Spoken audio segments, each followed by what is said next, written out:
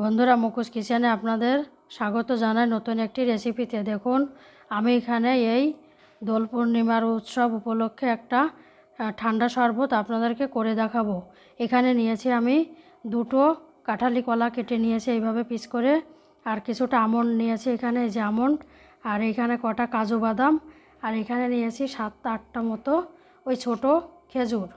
এইগুলো দিয়ে একে একে এই এটার মধ্যে আমি দিয়ে দেব। দিয়ে এটার মধ্যে দিয়ে আমি এর মধ্যে এই 2 কাপ মতো 2 গ্লাস মতো বানাবো শরবতটা। বড় গ্লাসের 2 গ্লাস হয়ে যাবে, আবার ছোট গ্লাসের 4 গ্লাস মতো হয়ে যাবে। এবার এর মধ্যে আমি দিয়ে দেব এই একটু এরকম এই দুধটাকে দিয়ে দেব। এই দুধ দিয়ে দিলাম। এবারে এর মধ্যে আমি দিয়ে দেব স্বাদ অনুযায়ী চিনি।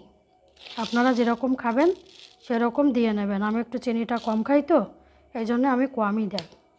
এটা দিয়ে দিলাম। দিয়ে এবারে এটাকে আমি ঢাকা দিয়ে এটাকে আমি মিক্সিতে দিয়ে এটা 2-3 বার এটাকে আমি ভালো করে ঘুরিয়ে নিয়ে আসব।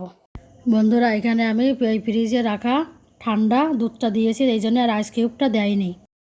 বন্ধুরা দেখুন, এটা 2 মিনিটেই পেস্ট হয়ে গেছে। এইটা এত তাড়াতাড়ি বানানো যায় এবং খুব সহজেই এটা বানিয়ে এটা খাওয়া যায়। এবারে দেখুন, এটার মধ্যে ঢালছি আমি। এটা দিলাম।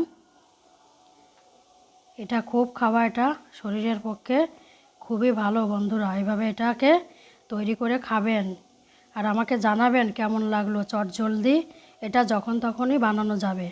আর এখানে রেখেছি আমি ওই যে পেস্তাটা, ওই যে কুড়োনিটা আছে না, ওইটা দিয়ে কুড়িয়েছি পেস্তাটাকে। হ্যাঁ, কুড়িয়ে এই উপরে এই পেস্তাটাকে এরকম একটু দিয়ে দিলাম, দিয়ে গার্নিশিং করে দিলাম।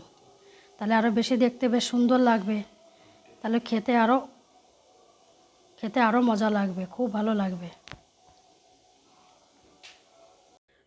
বন্ধুরা দেখুন, কত কম সময়ে একদম একটাই হেলদি শরবত তৈরি করেছি। এইভাবে আপনারা এই ঘরে থাকে এই জিনিসগুলো, এইভাবে ঘরে থাকা সামান্য উপকরণ দিয়ে এরকম একটা ঠান্ডা শরবত তৈরি করতে পারেন।